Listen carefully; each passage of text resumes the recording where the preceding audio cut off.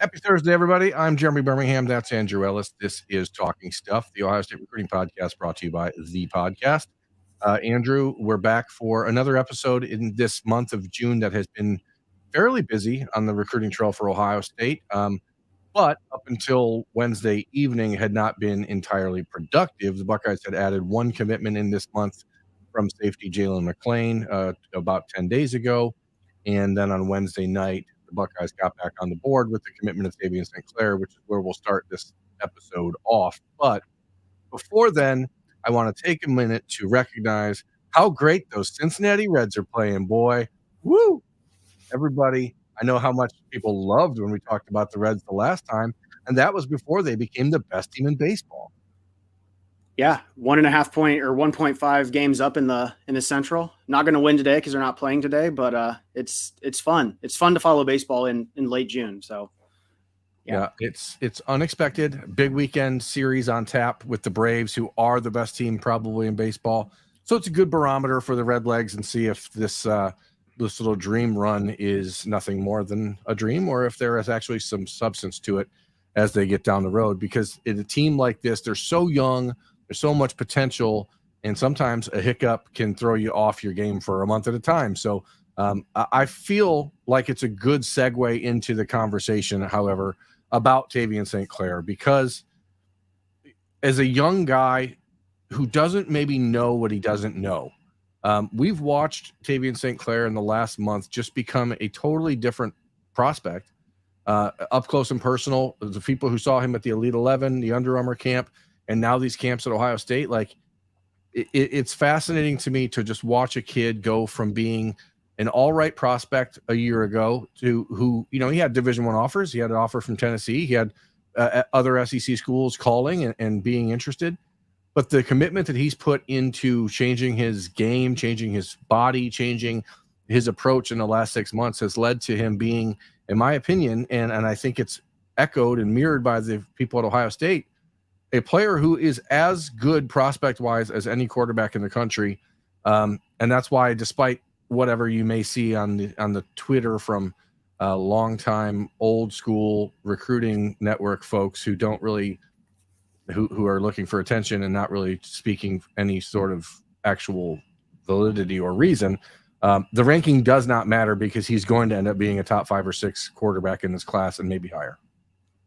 Yeah, I mean, you're the one who's seen him live multiple times, obviously, but he's gone from being this somewhat scrawny kid to being this 220-pound top of the board target for Ryan Day and Corey Dennis. And I don't know, it's just wild to see kind of just the photos and videos of him a year ago compared to now. And now he's in the 2025 class and has a chance to be a real leader for the Buckeyes. So it's been, I can only imagine what he's gone through in the last year, and especially the last couple months, just since he's really the last couple weeks since his camp circuit, and since he's become the hottest name in the country. And he's going to end up being top 50 prospect, probably a 5-star type of guy, and people will get mad because of the Buckeye bump, and who cares? Here we are. Yeah, I mean, I think Ryan Day has proven over and over that when it comes to quarterbacks, he should get the benefit of the doubt. And it is the Ohio State commitment to Tavian St. Clair this early should be an indicator of exactly what Ryan Day thinks. And I wrote about it in the analysis piece over at ohiostate.rivals.com, but there is no discernible difference in the mind of the Buckeyes between Tavian St. Clair and Bryce Underwood or any other quarterback in the country. And if there were, you wouldn't have seen this push in the last month, and you wouldn't have seen them make the decision to accept the commitment now.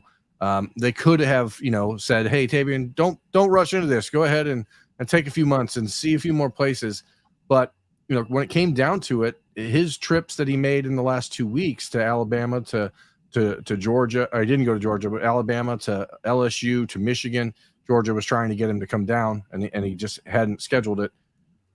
The fact that he went on those trips, earned those offers at those places, got a chance to sit down face to face with Nick Saban and Jim Harbaugh and Brian Kelly, and those trips are the things that brought him back to the realization that Ohio State was where he wanted to be. And it says something about Tavian St. Clair that he just decided, hey, I don't need to play this game. I'm jumping on here because I want to be the leader of this class. I know that on Thursday he'd already begun reaching out to Carter Lowe, Justin Hill, Trey McNutt, guys around the state. Like, that is the reason, that is the boost that you get when you have an in-state quarterback commit as your basically, de facto first commit. He did have a conversation with Jonte Gilbert, from what I understand as well. So like those guys are going to build this class now, and to have a quarterback that's 40 minutes away from campus who can be there at any time. I was told that Tavian's actually trying to get over to campus on Friday to spend some time with Aaron Scott and Bryce West and those guys on Friday as well. So we'll see if there's any long-term residual effect there. But Aaron Scott's been trying pretty hard, I guess, to talk and get to know Tavian over the last year, because Springfield's always looking for quarterbacks. So it is interesting now that maybe Tavian gets to do a little recruiting of his own. Yeah. I mean, when you know, and if you're a guy who lives that close to campus and you're going to make, he's already made how many trips to campus in the last couple of weeks. So he's seen some of the bigger programs in the country. He's got the offer list now that any 5-star quarterback's going to have. So I think it made sense. And we've always talked about how quarterback dominoes are different than running back dominoes or any other position. So getting him in early is great. Now he has a chance to go and lead the class and help to get, I don't know if Brian Hartline needs much help, but, help get some more receivers in there and just be a lightning rod for the 2025 class. So great timing. Yeah. Brian Hartline obviously is the offensive coordinator now. So he has some part of this recruitment of Tavian St. Clair as well. I mentioned it on the Bermanology episode with Tavian, which is on our YouTube channel. But after he committed him, after he got his offer at Michigan, he was on his way home from Ann Arbor, and he received messages from Corey Dennis, from Tony Alford, from Justin Fry, from Brian Hartline, from everyone in the Ohio State offensive coaching staff saying, "Hey, how's it going? You okay? What does this mean?" Making sure that there was no doubt that they were paying very close attention to what was going on with him. And it says something about how Ohio State viewed him. And that people will, and we talked about this last week, but people will leap to the conclusion that it means that they felt he was quote unquote better or whatever than Ryan Montgomery. And I don't think that's fair. I don't think it's necessarily accurate. I think it's a case where Tavian St. Clair was ready to make a decision and Ryan Montgomery wasn't. And at some point, you have to jump or risk being left behind. And I think, unfortunately, that's probably how this shook out with Montgomery. But the Buckeyes have made it very clear to Ryan Montgomery that there is a spot for him in Columbus if he wants it. They will take 2 quarterbacks in that class of 2025 if Ryan Montgomery wants to be the second one. And Tavian St. Clair is fine with that, for the record. I don't think it'll happen. I'm fairly, I think Ryan Montgomery is going to be comfortable going his own way. And if he throws the ball for the next 2 years like he did on Wednesday at the 7-on-7 camp at Ohio State, he's going to have a lot of offers and a lot of opportunities, because he was excellent on Wednesday, probably the best I've ever seen him throw the ball. Yeah, I was going to say, by all accounts, the last the 7-on-7s and the camps and whatnot, these guys have been, fairly neck and neck in terms of their level of play.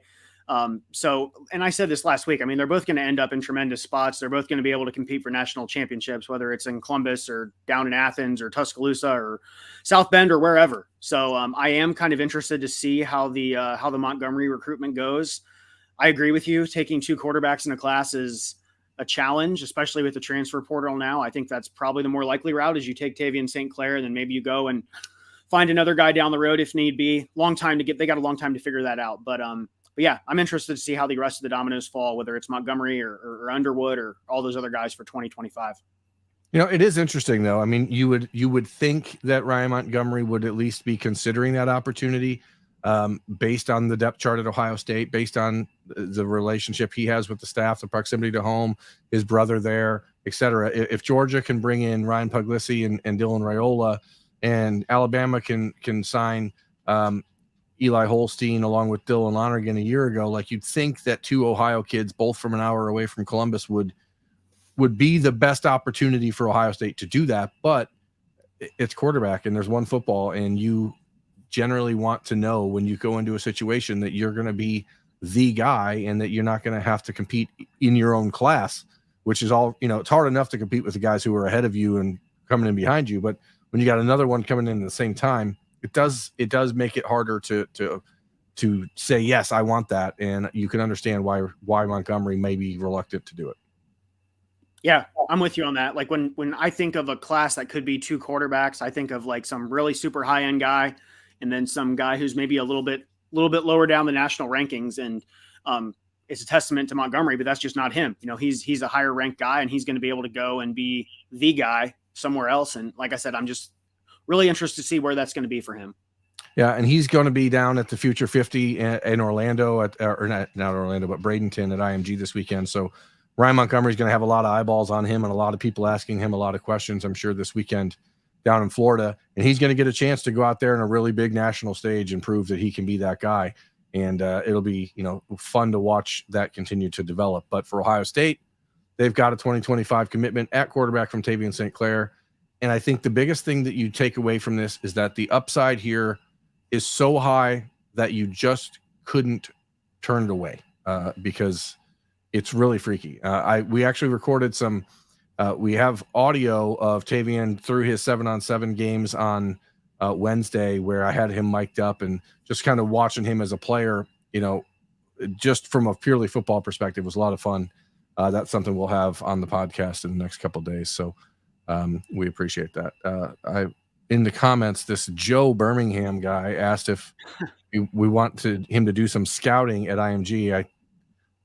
Sure, Joe, stop by. I think it's open to the public. You can just go watch. That's my brother, for those wondering, obviously. Otherwise, it'd be sort of weird if it was just a random guy named Joe Birmingham. You never know. Yeah, you do never know. Just like you never know how a recruiting weekend ends up until players actually make their announcements. Every person I talked to at Ohio State and around Ohio State who was on campus last weekend for the 10 official visitors that came to town unequivocally stated Ohio State absolutely crushed last weekend. We've seen tons of movement crystal ball wise with Edric Houston. We've seen a major shift in the perception around the Buckeyes opportunity with Dylan Stewart, with KJ Bolden, with Kobe Black. I mean, it was a weekend that was extremely necessary. Last weekend, as we previewed that weekend, Andrew, we asked if it was long shot weekend, right? And it kind of went from being long shot weekend to being real shot weekend pretty quick.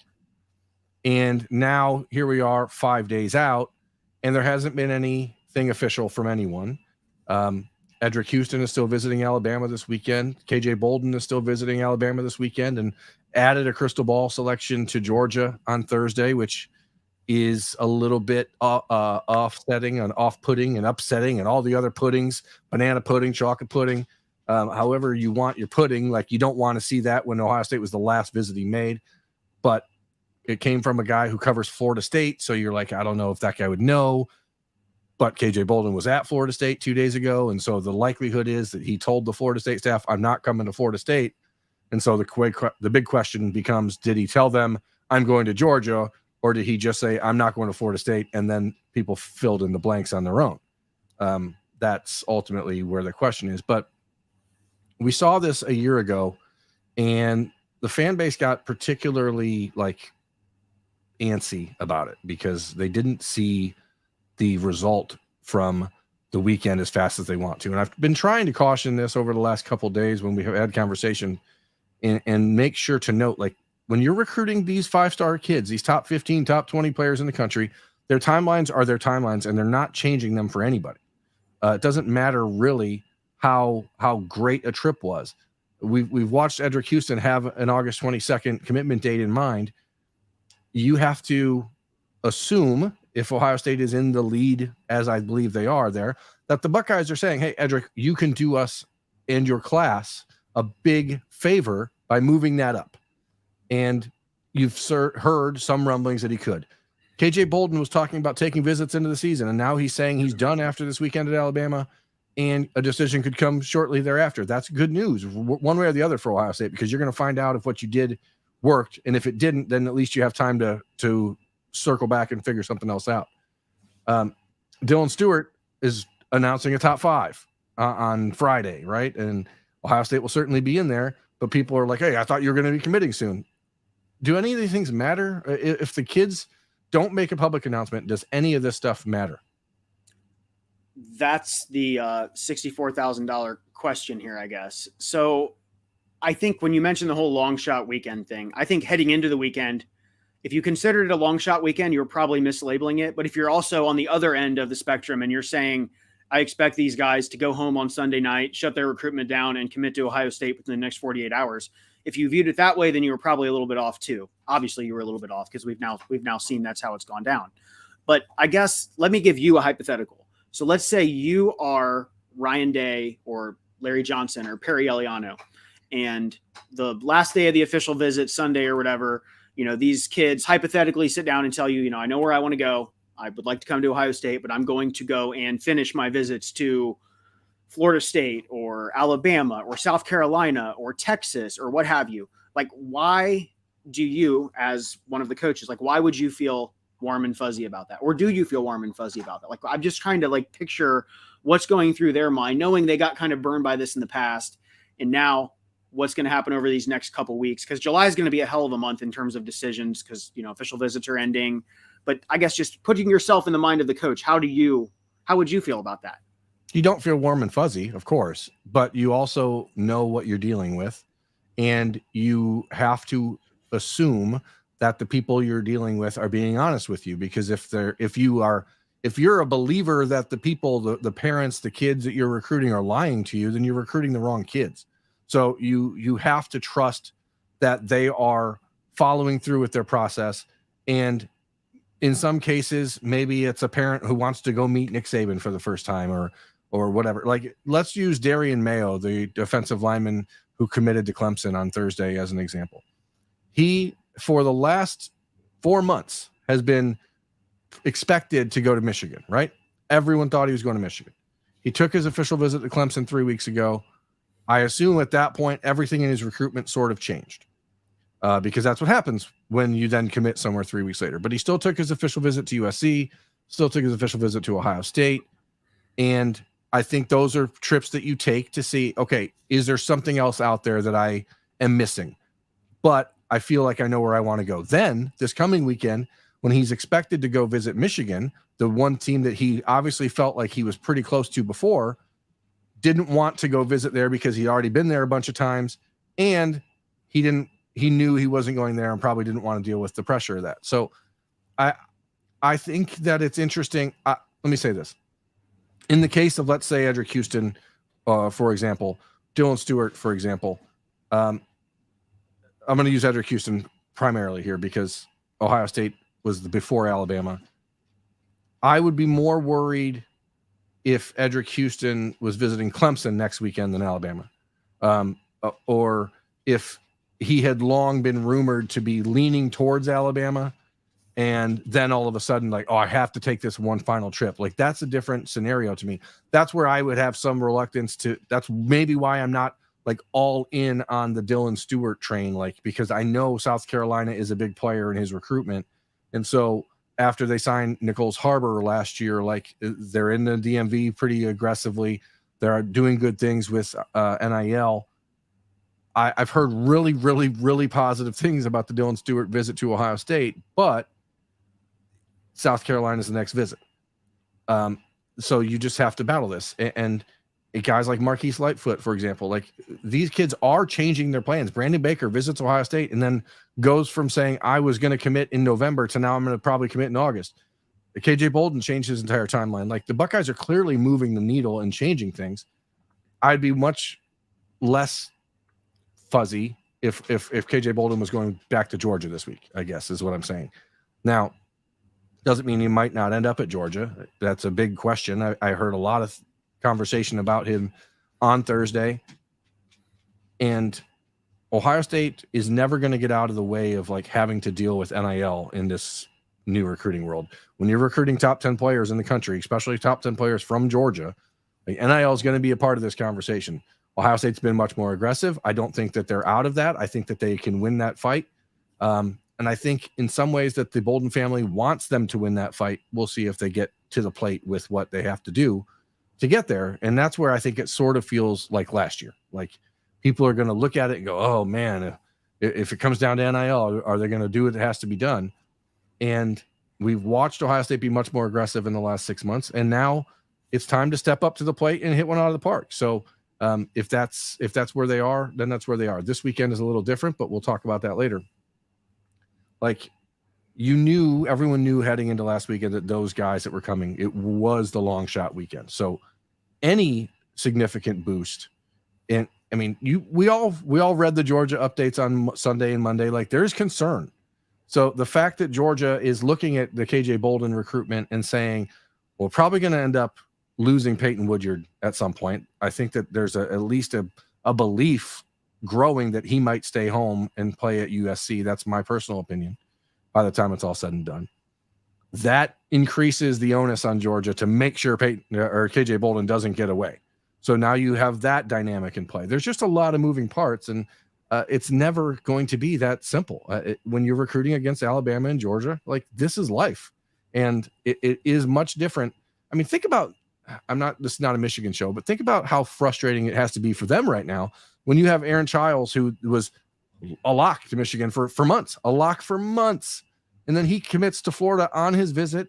Darian Mayo, a lock for months, doesn't even end up making his official visit. Like, that's frustrating. But Ohio State's, this isn't the same scenario Ohio State's in. So, but it feels worse to me to lose a kid to Georgia or to Florida, who you thought was a sure thing. Like, if Ohio State loses like Jeremiah McClellan to Oregon when he visits there this weekend, it'd be that sort of scenario. You're like, what the hell happened there? How'd that go down? So I like where Ohio State's at, I guess, bottom line. I'm rambling, but you talk for a second. Tell me what you're feeling.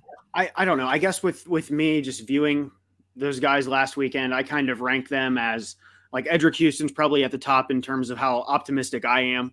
Like you said, I like that he's going to Alabama, actually, which is so weird to say that, but I like that he's going to Alabama rather than Clemson. Clemson's believed to be the top competition.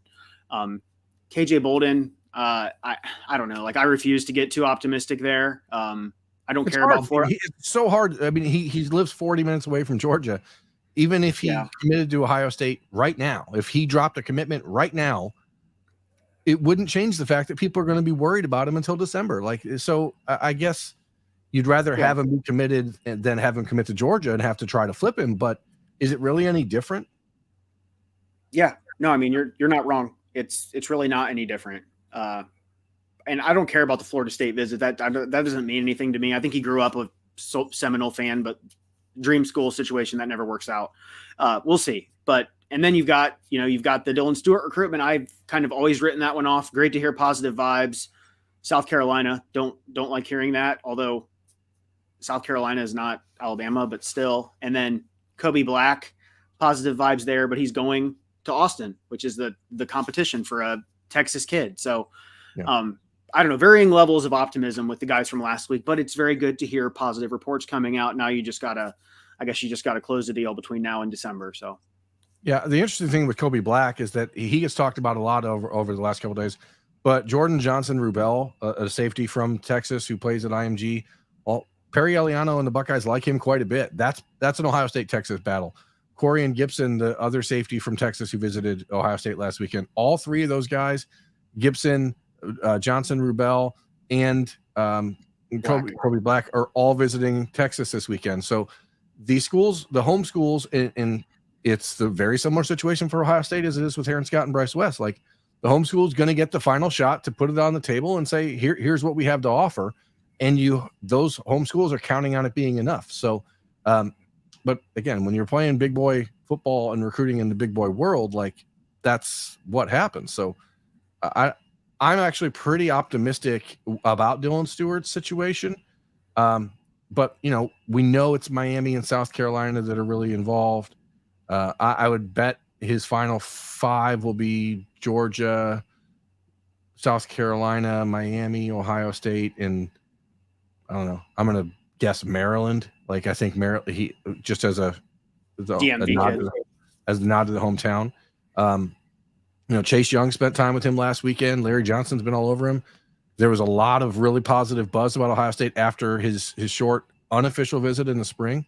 I think that the Buckeyes can win that one because they are not going to be scared of the NIL conversation like they were a year ago. And that's the simple truth. Now, is it enough to pull a kid from Georgia away from the two-time defending national champions who is number one on the top of Kirby Smart's personal wish list? I don't know. That's not easy to do, but it's funny. It's Buford. and anything happens at Buford, and Dylan Raiola is now at Buford, right? So that changes things. And Kirby Smart hasn't been able to win at Buford, really, and it's been sort of the white whale for him. And now he's able to just take his number one ranked player in the country in Dylan Raiola and drop him into the high school there. And is that fair? Is this what we're doing now? Seems wrong. I mean, I don't know. I know there's other like circumstances with him too. Like I think he was going to have to sit out a couple games if you were going to transfer schools or whatever. So I don't know. Like I don't bash Kirby too much for that. I think it's just some weird circumstances going on. But it's going to make things interesting in the two aforementioned recruitments, the KJ Bolden thing and the Houston recruitment. So I don't know how much of an effect he's going to have there. It's just weird how Buford just sends kids, and I don't know much about Georgia recruiting, the state of Georgia, but they seem to send kids everywhere. I don't know. I'm trying to think if there's a school in Ohio that's kind of like that, but I mean, Ohio high school football is not on the level of Georgia, so probably back. Yeah, I mean, Buford is just 5-star central. So the reality here is simple: is Dylan Raiola going to have an impact there on KJ Bolden or Edric Houston? I don't know why he'd have any bigger impact over the next 4 months than he has had over the last 4 months where he's been recruiting for Georgia behind the scenes. I don't care that he's publicly committed to Georgia now. He spent the entire weekend in Athens with KJ Bolden and Edric Houston a few weeks ago, and crystal balls for Ohio State were coming for Edric Houston after his visit to Georgia. So I don't think it's going to make that big of a difference. I do think it's unfortunate that, Aaron Noland couldn't transfer to Buford instead of Raiola. That'd be cool. But that's the way it works. Maybe Ohio State can get somebody to transfer to Langston Hughes. Who knows? Bottom line, though, like, Andrew, I want your honest to goodness opinion here. Dylan Raiola is regarded as a generational, once every couple year quarterback prospect, one of the highest ranked prospects of all time. This is his fourth high school in 3 years. Do you feel like Ohio State got lucky that he decided to decommit? I don't know if I would say they got lucky, but the guy they're getting is also phenomenal. Like, I don't know. Like, I don't think the kid's like a head case or something because of these changing schools. I'm going to be clear about that. I do not either. I'm not blaming Dylan Raiola for his circumstances. Like, I don't know I don't know the circumstances. I know he's got a sister that plays volleyball or something in Texas. So I don't know if they've moved places to like be closer to other siblings or what the deal is. I know the family's probably got plenty of money to go wherever they want to go. And if it makes more sense for him to be closer to the college that he's going to go to and not have to sit out however many games he was going to have to sit out over in Arizona, then I guess from his standpoint, I can understand why it's the right move. From Kirby Smart's standpoint, I can understand why you're definitely happy about this. But I love Aaron Noland. I think he's phenomenal. His numbers are phenomenal. His record is phenomenal. I've watched Dylan Raiola play one time on TV last year when he was coming into Ohio State. Didn't look that great in the game. I know that's not the end all be all. He's got all the tools, all the talent, the arm strength, all that stuff. They're both going to be great. They're both going to be great quarterbacks. So I'll just leave it at that. Yeah. I just wonder at some point if it's one of these situations where we're creating this pressure that doesn't need to be there for a kid. And, I hope Dylan has a great senior season at Buford.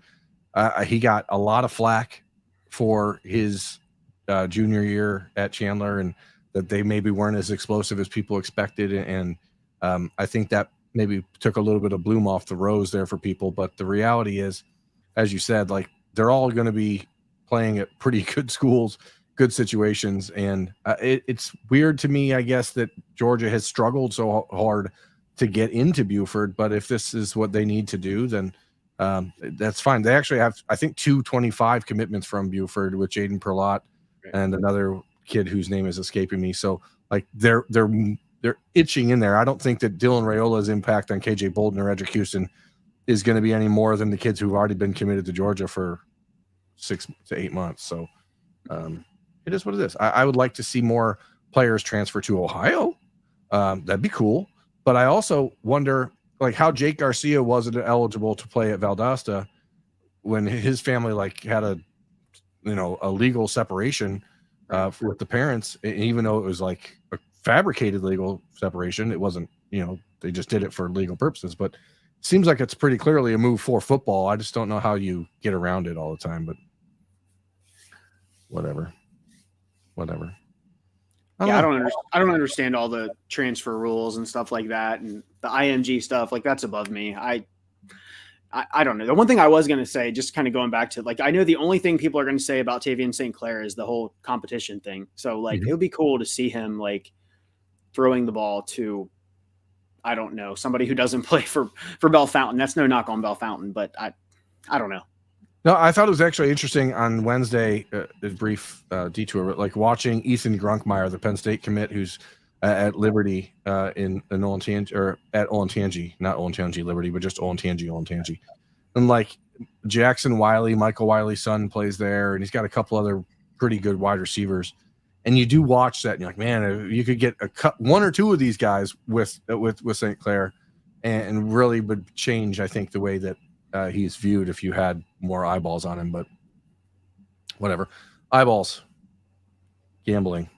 I don't. There's no natural connection there. No, there's sorry. I've been pretty good at segues for this episode, but not right there.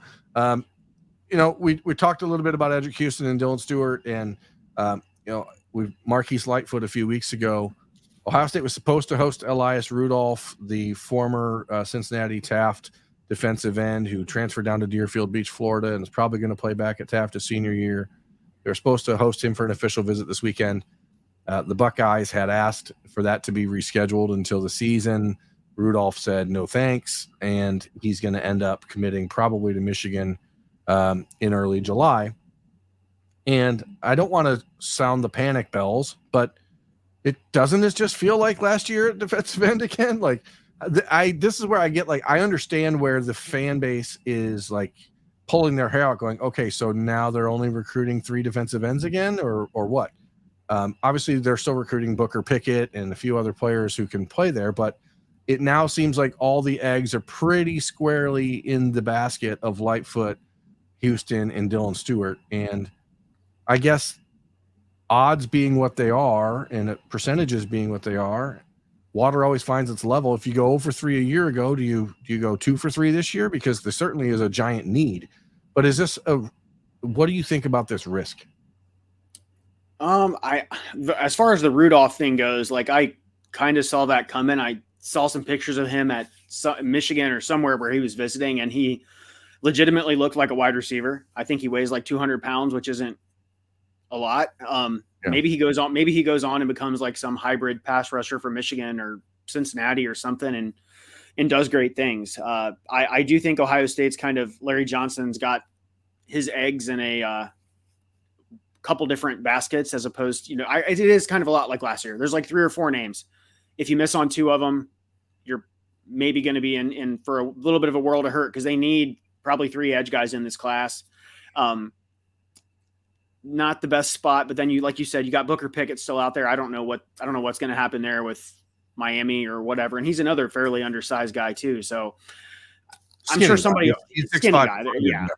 Yeah. Skinny guy, I should say. Maybe he's more of a jack anyway. I don't know, but I don't know. Maybe they'll just hit on 3 of these 4 that they got on their radar right now. Maybe somebody else emerges. But it does kind of give you some ominous vibes just because of what happened with Damon Wilson, Keon Keeley, and those guys last cycle. Right, which is why it's just so important for Ohio State, like the Edric Houston, if he is as far a lean as everyone believes he is, to make this Alabama trip and then move up that decision and say, I don't need to wait till my birthday. This I'm ready to be a Buckeye. I'm ready to lead the class, and I'm ready to, bring in other guys. Like, if Dylan Stewart is seriously considering Ohio State and they are the choice, you can't wait too much longer, because your impact that you can make is so much greater if you just say, I'm ready to commit. And I guess I understand it from a brand building perspective. They think that they're doing themselves a favor by playing different fan bases against each other. But in the long term, the real value is committing to the school you're going to be going to and letting that fan base love on you and grow your brand that way. And so I know that's a conversation Ohio State's had with these kids, but everyone wants to spend their moment in the sun, and I get it, but like, how long does that moment have to be? Because right now, if you are a player who has secretly committed to Ohio State or privately committed or silently committed, however you want to say it, you're actually hurting your class, because some players out there are holding back because they don't think that there's any good players in the Ohio State defensive recruiting class. So you're actively hurting the team that you're going to be playing for in that case, and it just makes zero sense. Yeah, I'm with you. And the only thing I'll say on this, and you're as dialed in with Ohio State recruiting as anybody out there, but there's always a chance that just with how Larry Johnson operates, there's some guy out there that nobody is talking about whatsoever that he's like quietly been chipping away at or something over the last few months. And next month or 2 months from now, we'll see a future cast or a crystal ball or whatever come in for player X to Ohio State. And everybody will be like, wow, I had no idea that guy was even really on the radar. So like, I wouldn't rule that out. Yeah. You and I talked about it. There's a gentleman whose name is escaping me, committed to Arkansas, who Larry Johnson's been talking to quite a bit. I'm sorry. I'm doing no one a service by not remembering his name. I'm sure you can look it up, but Larry Johnson's been in his ear a lot trying to get him on campus. So they are, it's not like he's not working elsewhere. There's still some confidence that Dominic McKinley is a guy they could get. But it just feels like the eggs are squarely in the let's go get these three and swing for the fences. And I don't blame them, because again, if you're Ohio State, you win championships by having the best players, and you don't want to have this loser attitude, loser mentality that says we need to recruit worse players because I don't think we can get the good ones. Like, that's a shitty attitude to have, pardon my language. But like, if that's how you approach things, then you're doing it wrong anyway, and you're not going to get the best players. So I just feel like, Charleston Collins, thank you, Keith, 7465. Lineman committed to Arkansas. Buckeyes are pretty interested in trying to get him on campus for an official visit in early part of the season. But if you're comfortable recruiting guys who are not as good because you think you have a better chance to get them, I don't think that's a winning approach. And so I guess I understand fans maybe being frustrated that the Buckeyes aren't closing on all of these top players, but I get on the flip side, it's like, would you rather them recruit worse players and then be worse on the football field, or recruit better players and have to deal with this sort of, discomfort, Yeah, I'm with you. I guess if we were just talking strictly edge guys, would we agree that Marquise Lightfoot is probably the guy they're in the best shape with right now? I guess you could make an argument for Edric Houston too. So, I don't think Edric Houston's an edge guy. It's a different. Yeah, that's true. Yeah, Edric Houston is your traditional 4-3 defensive end. I think that the Buckeyes are in a great spot with Dylan Stewart and with Marquise Lightfoot. And if they had to decide today, January, whoa, where am I? June 22nd, I think all three of those guys would pick Ohio State. So you just have to keep fighting, keep winning the battle there. That's all. Yeah, I think Lightfoot was just at USC last week, and then he's got Miami coming up this weekend. I haven't heard a ton of like vibes of him to USC or anything, so I assume everything's still on track there. But yeah, as I said last week, like, the concern is that he's visiting Miami and USC, and we know what those schools, how they're operating on the NIL front, how aggressive they're being, and they're both in beautiful, warm area parts of the country. I personally would probably want to take my family on some cool recruiting trips to LA and Miami for a couple weeks but it's still pretty far to go for a Chicago area kid. So I think that's the Ohio State benefit there. So speaking of players who are from far away, Gerby Lambert is not a name we talk about much because Gerby Lambert doesn't talk to anybody at all. The 4-star offensive lineman from Cambridge, Massachusetts, I believe. He was supposed to go to Penn State this weekend, canceled that visit, and is instead visiting Harvard. So that tells you anything about the type of kid he is. His final 4 schools then, I believe, are Ohio State, Harvard, Boston College, and Notre Dame. That is a interesting group, and not one that I think we would see on many sick, dope graphics. Because I don't think anyone's ever put the Crimson logo on a dope graphic before, but it feels like a kid who is a homebody and wants to stay close to home. And that's my take on it. And that is my belief. But like, there is a a steady confidence at Ohio State that the Buckeyes have enough opportunity for him and enough development and enough academics to be a good fit. But I don't know. I'm from Missouri on this one, I think, Andrew. Yeah, my what I've picked up on is that he does not talk to a single person, and he's interested in the schools that you mentioned. I know certain Notre Dame people that tend to forecast everybody to Notre Dame, have him going to Notre Dame, and maybe that's a smart pick. Seems like a high academic kid. Obviously, he's going to visiting Harvard. So I don't know. Like, I have absolutely no idea what to expect here. It'd be awesome to get him because they need a Brandon Baker or a Gerby Lambert or somebody to that effect. So. Yeah, there's a really good relationship between Justin Fry and Gerby Lambert's head coach, and that's what Ohio State's sort of been hanging its hat on for the last few months, and that's why I've regularly said in written work that I thought Ohio State was in a position where if they could just knock that official visit out of the park, that they'd have a shot. I just think it's really interesting to see a kid saying, "I'm going to go visit Harvard this weekend," and I wouldn't be surprised at all if he ended up picking them because that's how this relationship has gone. So. We'll see about that.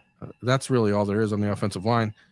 There are no offensive linemen visiting this coming weekend. There are 7 official visitors coming to town.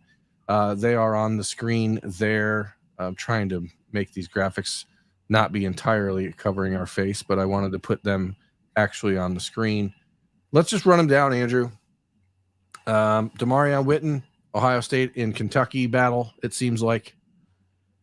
Justin Scott is apparently vacillating between Miami and Notre Dame at the top of his list, with Michigan fighting for position. I'd put Ohio State probably 4th heading into this weekend. But I do believe that if the discussion around the decision is Miami or Notre Dame, with a family that wants him to stay close to home and is pretty high on academic stuff, but Justin maybe feels like he wants to go play football at a bigger place or a place that is a little bit more, I don't know, swaggy, a little bit more like high, football crazy. Not that Notre Dame's not. I understand how that's going to sound, but you know what I mean. That maybe Ohio State is like a good happy medium in the family because it's not too far from home. They've obviously got high level football. It's a fairly good academic school, and it's a good combination, and you get to play for Larry Johnson. So I think the Buckeyes can make a move there this weekend, but I'm not going to say I'm like optimistic about that. I feel like Justin Scott's like the biggest enigma coming this weekend. I think I've read that 3 different schools lead, whether it's Miami or Georgia or Notre Dame. So I mean, I guess Ohio State's got a shot. We'll see. Like you said, maybe Ohio State's kind of like that middle ground between Miami and Notre Dame. So I guess we'll see. Yeah, that's sort of where, like, if I was Ohio State, that's the pitch I'd be making this weekend. Like, we, the collective we at Ohio State, have the opportunity to offer the best of all worlds, and the best combination of that. That's the pitch I'd be making. And then again, say, hey, plus Larry Johnson's your position coach, plus their defensive tackle is going to be pretty wide open, and you can make a big impact. Peyton Pierce, linebacker, coming to town. His first visit since he committed to Ohio State. It's his official. He's going to be working tirelessly on Kingston Viamasa, alongside Garrett Stover, who told me he'll be in town on campus on Friday and Saturday for those visits. Obviously, it helps that Garrett lives about 20 minutes away. Viamasa, this is a weird recruitment, and it's gotten weirder in the last couple weeks. There is a faction of the family that seems very intent on him picking Notre Dame.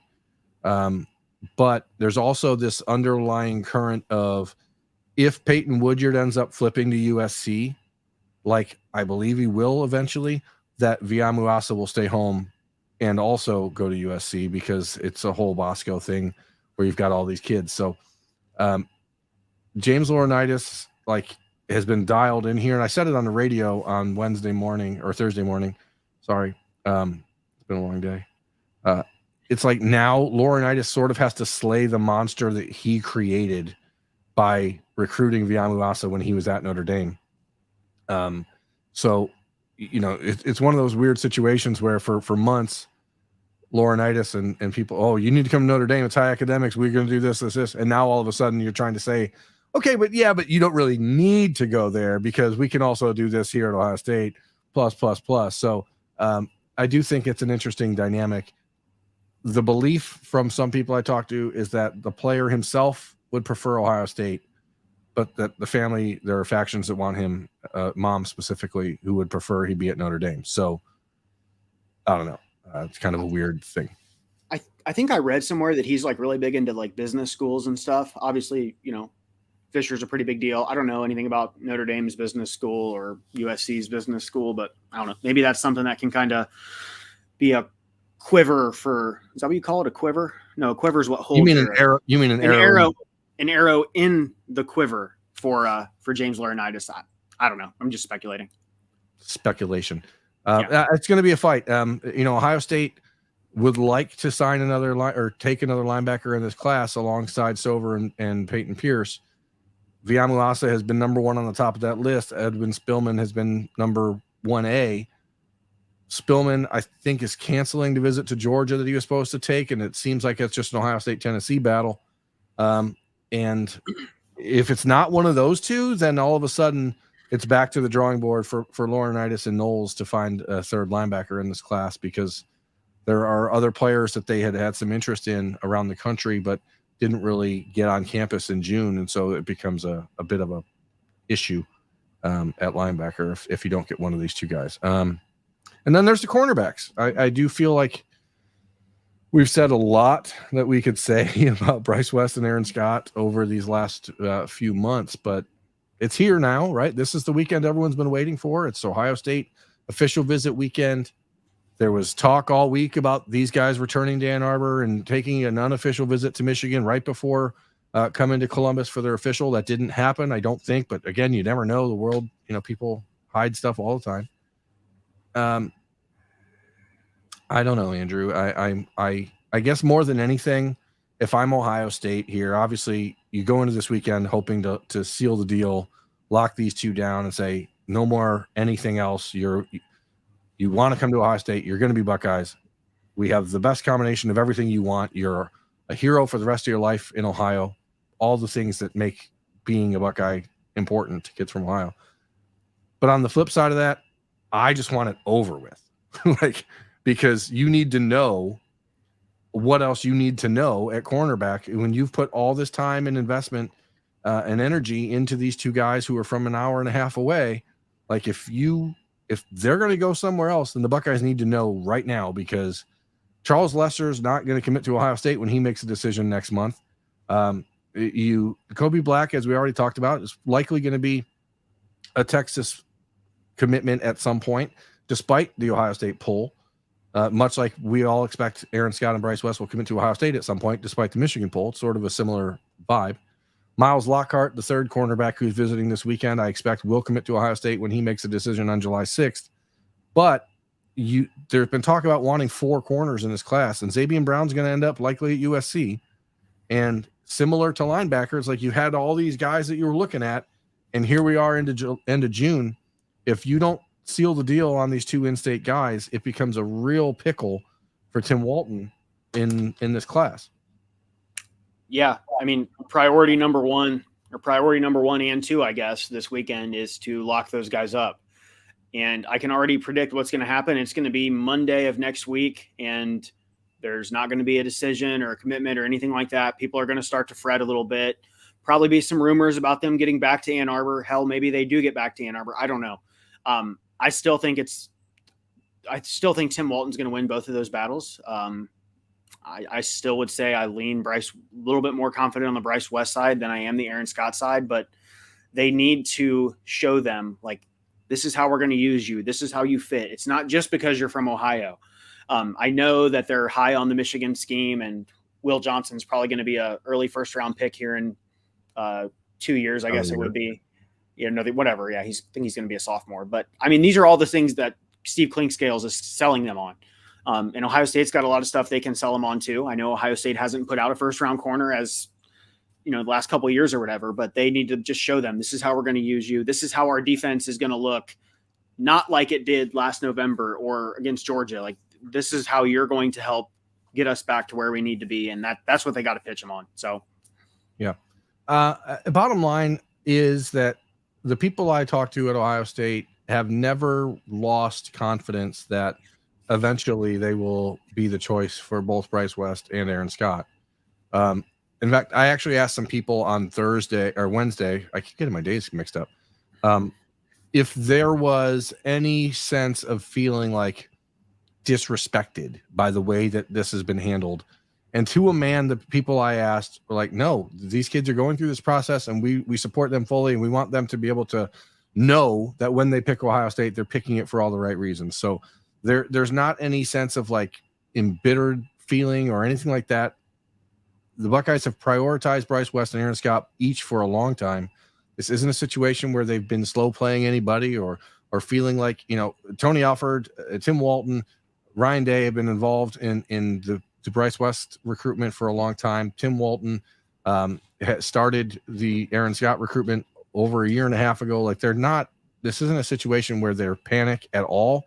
I still think they're both going to end up at Ohio State. And it just isn't, again, and this is where I keep going back to Georgia, because there are just so many freaking great players in the state of Georgia that if KJ Bolden picks Ohio State, they're not going to care that much because they'll just get someone else. And because Ohio in the last handful of years, I mean, they're going to care, obviously, but they're not going to it's not going to send their program into a state of panic because they'll find the next best safety in South Carolina or Florida, and they'll just take him because there's been so relatively few big time players out of Ohio in the last decade or so. When you miss on them, it feels like a big deal, and especially if you miss on them to Michigan. So that's the challenge. Ryan Day will go to the fullest length this weekend to make sure that these kids know that they are a priority for Ohio State. And that goes to Demarion Witten, that goes to Kingston Viamuasa, but it's especially being underscored this weekend when it comes to Bryce West and Aaron Scott. So do you think with this being, is it are we heading into a dead period, or what's the terminology dead for what we're heading into? Dead period starts on, I believe, on the 30th. Okay, that's what I thought. But either way, I guess coming out of last weekend, again, people were a little perturbed, no commitments right away or anything like that, which made sense. There's a whole nother round of official visits coming up this weekend. Do you think coming out of this weekend, there's actually the potential for a little bit of news, or I guess I'm just trying to picture like the time frame here, like, because I remember earlier in the month we talked about over under for this month in terms of commitments. I think we said 7.5 before like July 4th, and right now we're at 2. I think it's just my perspective. I think it's still possible to get the over on that. Yeah. Let's change the date to July 6th when Miles Lockhart announces, because I think Ohio State's in a great spot there. So even this weekend, Ohio State should be considered the favorite for Demarion Witten, for Aaron Scott, for Bryce West, for Miles Lockhart. That's 4 guys from this weekend who I think will eventually be in the Ohio State class. It's not been easy. It's not been all rainbows and butterflies, but I think when it comes down to it, they'll win those battles. And all those should happen by the middle first week of July, second week of July. So, and then you add in Dylan Stewart and KJ Bolden and Edric Houston. I mean, I don't see why we can't get over that 7.5. Maybe if we stretch it to like July 10th or something. But the bottom line is June is visit season. July is commitment season. So that's when you should expect most of these things to happen. And people want instant gratification, and I get it. You see it happen at other schools, and you're like, why doesn't this happen here? And that's just not the way these coaches operate. There's no pressure being applied to say you have to commit here before you leave, or you can't come here. There's nothing like that going on at Ohio State. And so in some ways that maybe backfires, because kids get a chance to come down from that post-visit glow before making any pronouncements. But on the flip side, like, the long-term gain is bigger and better because you have less decommitments, you have less transfers and that sort of stuff, because you are respecting their process, Yeah. Hey, before you move on to I know we're going to handle some questions here, but one of the questions directly relates to these visitors that we have up in front of us. So I'm just going to kind of hit you with it now. Sure. So Hot Mike asked, fact or fiction, at least 6 of the 7 visitors this weekend end up in the class. That's a hefty number now that I think about it. I mean, I understand what he's asking here, because I think 5 of the 7 are going to end up in the class. And I'm going to lean that I still believe that Kingston Viamuasa will pick Ohio State because I think that's where he wants to be. So I'm going to say yes, 6. Okay. I think it So can. fact. So your answer is fact. Yeah, I mean, I don't want to call it like a fact. It is an opinion that I hold that is positive and affirmative. I think 6 of these 7. Justin Scott, again, that's got a ways to go there for me. So I don't see that unfolding that way for Ohio State. I'd love to be proven wrong. I think it'd be a shock sent through the world. It would be pretty interesting, but who knows? 4-minute drill, 4-minute offense. Let's knock it out. Oh, and that timed pretty perfectly because we're at 56 minutes on the show. 4 minutes takes us to 1 hour, which would be awesome. I'm gonna ask this question. I'm gonna jump in here.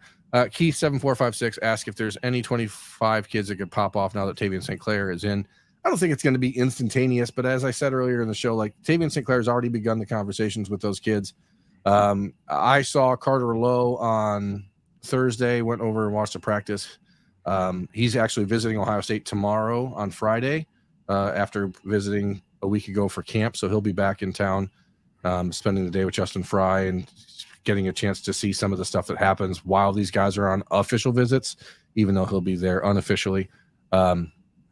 So interestingly enough, and I wrote about it on ohiostate.rivals.com on Friday morning. So little preview, little snippet. It's like there's 2 battlefronts here for Ohio State when it comes to Carter Lowe.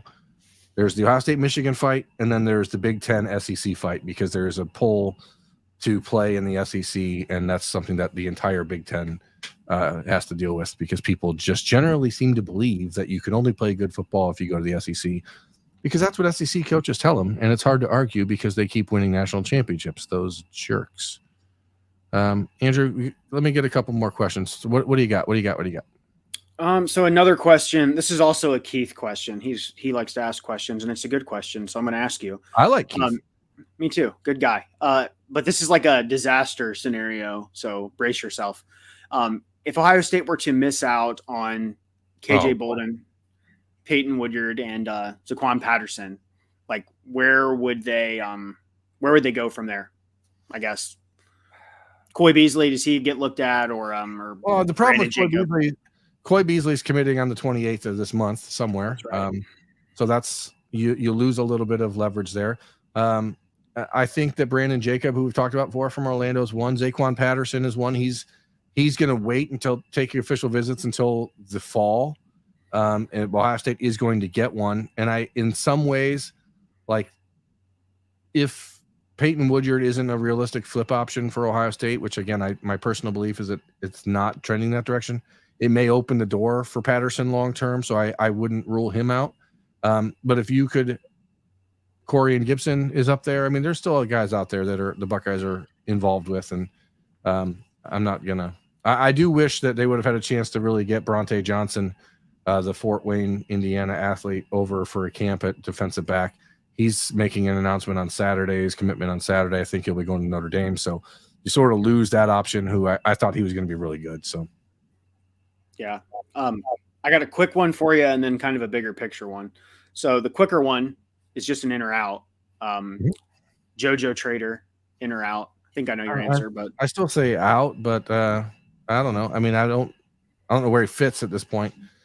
You'd have to have something happen to need a 5th wide receiver, but he might be too good to say no to. So, right. And then a question from Corch Grandpa, great name, Corch. But we talked about like last year, the eggs in only a handful of baskets with defensive ends and just some bigger like strategy questions. Like, what would you say is the biggest difference strategically, just recruiting wise, this go round compared to last year? Or is there something that you think kind of stands out as being different? It's confidence and organization of NIL, period. The Buckeyes do believe they can win all these battles. And for anyone who's out there feeling negative or antsy about where things are going, they firmly believe they can win these fights, and they are willing to engage in them, where 8 months ago there was not a committed program-wide effort to engage in these battles. And just that fact alone changes things, because there are a few places in the world that have the resources Ohio State does, and they will not just let themselves be fighting with one hand tied behind their back. So that's that. Yeah, and another safety. I mean, Jordan Rubel Johnson is one. Thank you, Roger Ward, for bringing that up. Like, he's a real guy. Like, they really do like him quite a bit. And Daniel Sanchez in the chat says he's the father of Devin Sanchez, 2025 five-star cornerback, number 1 ranked corner in the country from Houston, Texas. So thank you for joining the show, Daniel. Your son was awesome at camp on Tuesday. Very super impressive kid to watch him out there. I've only watched highlights, but that kid, this gentleman's son, might be like the number 1 guy on my personal recruiting board for the next class. So I like to see his dad in the chat. That's pretty cool. He was really good, and spent a lot of time with Tim Walton, and you could tell that Ohio State understands the value there, but also understands that recruitment is not a long shot, that this is a family that's interested in development and real life opportunities, and Ohio State certainly has that. Lost Highway asked if I got to the Fazoli's in Bell Fountain. I didn't, but now that I know there's one there, I will still not go there. Thank you, though. I think I've only been to Fazoli's once in my life. It was not that good. Good breadsticks, I guess. Yeah. Let's see. Mozart's Ghost asked if Bruce Judson is in or out. I'm gonna say out still for that one. That's funny. It was a throwback. Wow. That's a throwback. Look, folks, it is we're over an hour here, and I really do appreciate you watching, joining the chat. We're gonna do our best to keep a regular schedule on Talking Stuff and to keep it as a live show, because I do think it's a more entertaining engagement that way. So we will do our best to keep doing that. So when it happens, turn on your notifications for the podcast. Make sure, if you're not subscribed to the channel, that you are. And again, if you want to join us over at rivals.com, it's ohiostate.rivals.com. You can use promo code DTE30 to get a free month of your subscription on us, and join myself, Austin Ward, Bill Landis, Andrew, as we talk about Ohio State football all year long. This has been Talking Stuff, and hopefully you got some entertainment out of it. I know it's not like overly optimistic, but I'm not here to pump sunshine, buddies. I'm here to tell you the truth. And the truth is, Ohio State is a couple weeks away, in my mind, from turning a really good recruiting class in the class of 2024 into an awesome recruiting class in the class of 2024. And please exercise just a little bit of patience and watch as the things unfold over the next couple weeks. So, Andrew, anything else from you? Nope. I'm good. We're good. All right. Remember, Reds Braves Friday. Go Red Legs. And thanks for watching. Bye.